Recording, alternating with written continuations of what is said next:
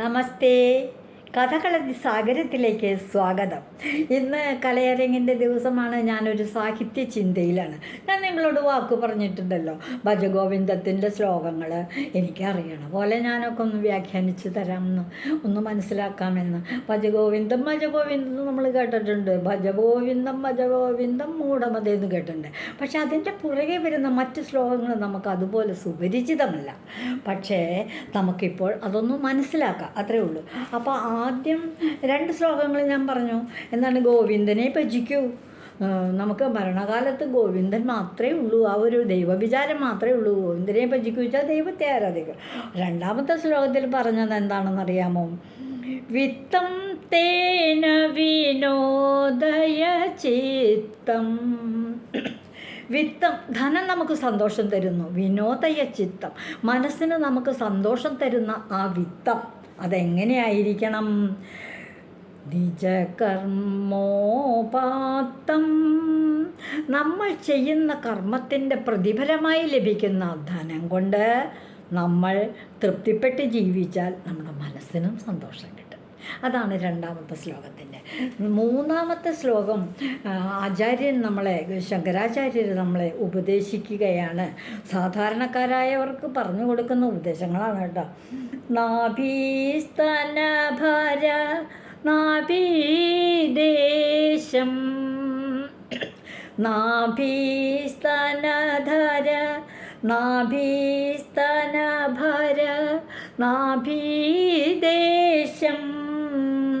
ദൃഷ്ട്വാ മാഗ മോഹാവേശം,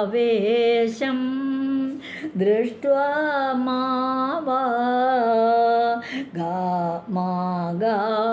മോഹാവേശം ഏതന്മാം സവസാദി വികാരം, ഏതന്മാം സവസാദി വികാരം മനസി വിചിന്തയ വാരം വാരം, മനസി വിചിന്തയ വാരം വാരം. നാരിസ്തനഭര നാഭീദേശം, അതായത് സ്ത്രീകളുടെ ഏറ്റവും ആകർഷണമായ അവയവങ്ങൾ. സ്ത്രീകളുടെ തലമുടി പുരുഷന്മാരെ ആകർഷിക്കുന്ന, മറ്റുള്ളവർക്ക് ആകർഷണം തോന്നുന്ന ഒരു വസ്തു തന്നെയാണ്. പിന്നെ ചഞ്ചലാക്ഷി എന്ന് സ്ത്രീകളെ, സുന്ദരികളെ പറയും. എന്താ? എപ്പോഴും ചലിച്ചുകൊണ്ടിരിക്കുന്ന അക്ഷിയുള്ള കണ്ണുകൾ. സ്ത്രീകളുടെ സൗന്ദര്യത്തിൻ്റെ ഒരു പ്രധാന ഭാഗം അവരുടെ മനോഹരമായ കണ്ണുകളാണ്. പിന്നെ അധരങ്ങളാണ്. പിന്നെ 2 കവിൾത്തടങ്ങളിങ്ങനെ ചുവപ്പ് നിറം, യുവതികളുടെ ആവുമ്പോൾ അവർക്ക് ചുവപ്പ് നിറം, കുങ്കുമവർണ്ണമുള്ള കവിളുകൾ, ഇതൊക്കെ സൗന്ദര്യത്തിൻ്റെ ഭാഗങ്ങളാണ്.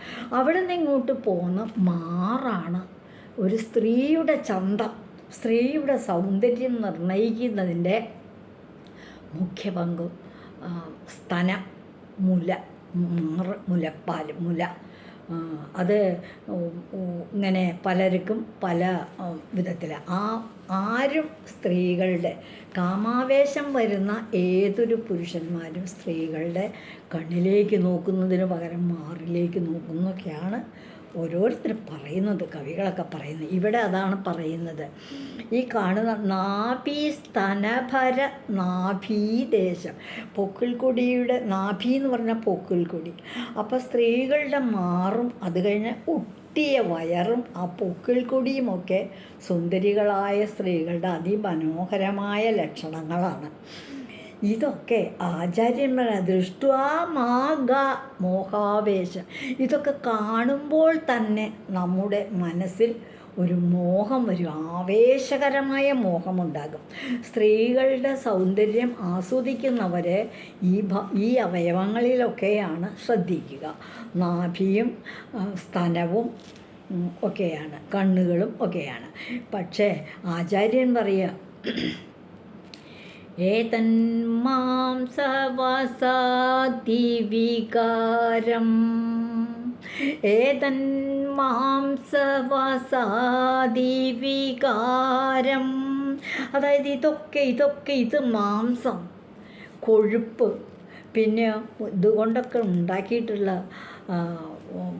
ബ്രഹ്മസൃഷ്ടിയാണ് ഇത്. അതൊന്നുമില്ല. ഈ അവയവങ്ങളെല്ലാം മാംസമാണ്, കൊഴുപ്പാണ്.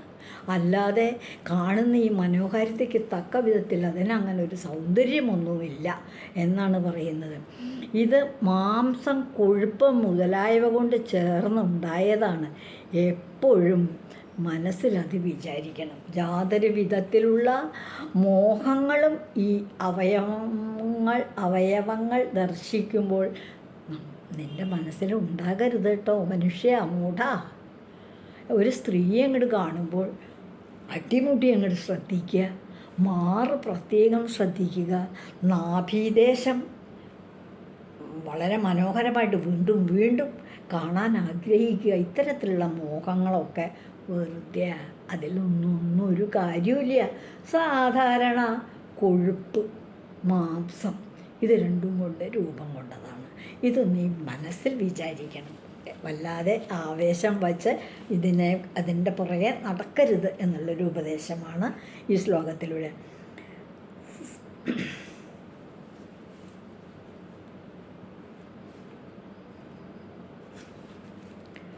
നാഭീസ്തനഭരനാഭീദേശം ദൃഷ്ട്വാ മാഗ മോഹാവേശം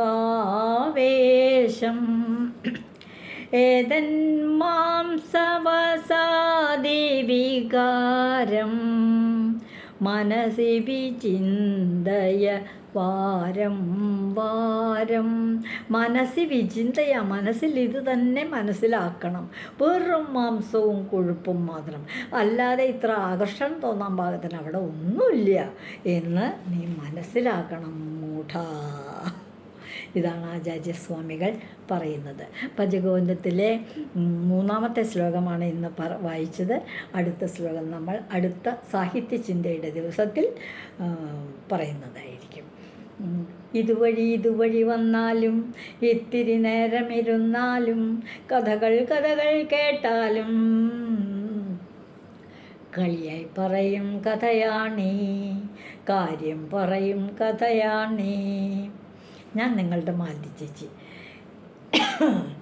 എൻ്റെ കഥ നിങ്ങൾ കേട്ടെങ്കിൽ നമുക്ക് പ്രായമായവരുടെ ഒരു കൂട്ടായ്മ ഉണ്ടാക്കി ഇത്തരത്തിൽ പല പുസ്തകങ്ങളും നമ്മൾക്കിതുപോലെ സാധിച്ചിട്ടില്ല. നമ്മുടെ കുറ്റമൊന്നുമല്ല, നമ്മുടെ ഒരു തെറ്റുകൊണ്ടുമല്ല, നമുക്ക് പറ്റിയില്ല. ഇനിയിപ്പോൾ പറ്റുകയാണെങ്കിൽ ഒന്ന് മനസ്സിലാക്കി വന്നത് സന്തോഷം തന്നെ. ഒരു പ്രായമായവരുടെ ഒരു കൂട്ടായ്മ ഉണ്ടാക്കാനായിട്ടൊന്ന് ശ്രദ്ധിക്കൂ. തീർച്ചയായിട്ടും 5-6 ആളുകൾ വെച്ചാൽ മതി. പിന്നെ അത് താല്പര്യമുള്ളവർ പിന്നെ ഒന്ന് കൂടിക്കോളും.